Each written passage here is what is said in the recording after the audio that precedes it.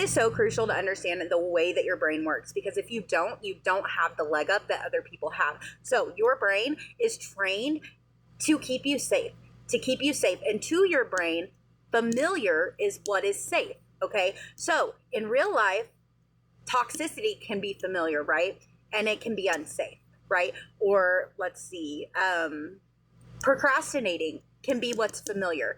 And in real life, that's what's unsafe. But to your brain, which they're happening simultaneously, to your brain, it still sees procrastination or toxicity as safe because it's familiar. So with that being said, you also have the ability to change that at any given point, because you're ultimately in control. And so easily when we're young and through our trauma and through our experiences, we actually forget that we're the ones in control. We're the ones in control. We're the ones that it learns from.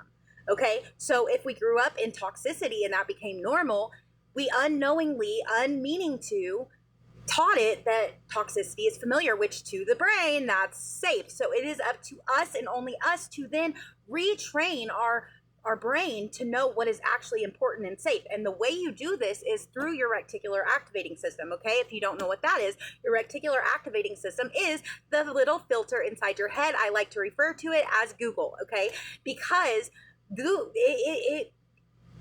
it searches for what is important to you and what will ultimately be safe to you. Okay. So we have 11 million bits of data always coming into all of our senses at all times of the day. Okay. And because of the fact that that would literally drive us insane if we were aware of all of it, we have something called a reticular activating system, also known as the RAS. Okay. Our RAS is trained from us. Okay. It learns from us. So unknowingly, we have taught it all of our limiting beliefs, all of the programming that we've received from government, from, whatever, anyone in our lives. Right. And so unknowingly, and still until you learn this, you don't know that you have trained it on all the wrong things. Okay. Because now you're an adult, right? You're an adult, you're learning your trauma. You're starting to learn who you are, who you want to be, who you don't want to be, based on usually past experiences and trauma. Anyways, your RAS is something that learns from you, which means once you're aware of that, and once you take the control back, and once you take your power back, you can train it on whatever you see as important, right? You can train it even if you've unwillingly and unknowingly trained it wrong. I learned this when I healed myself from OCD, and it was very hard to kind of grip my head around, but it was also the most freeing thing I had ever learned, okay? That we can change our mind and our brain, and we can make a different decision at any point in time.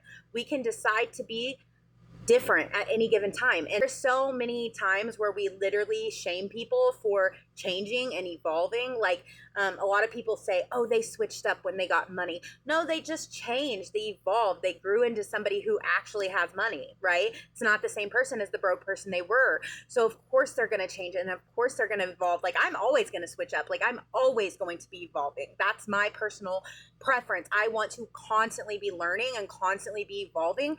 And so some people might see that as that's a switch up. That's a switch up. She's fake, blah, blah, blah. No, she's not fake. She evolved. You feel me?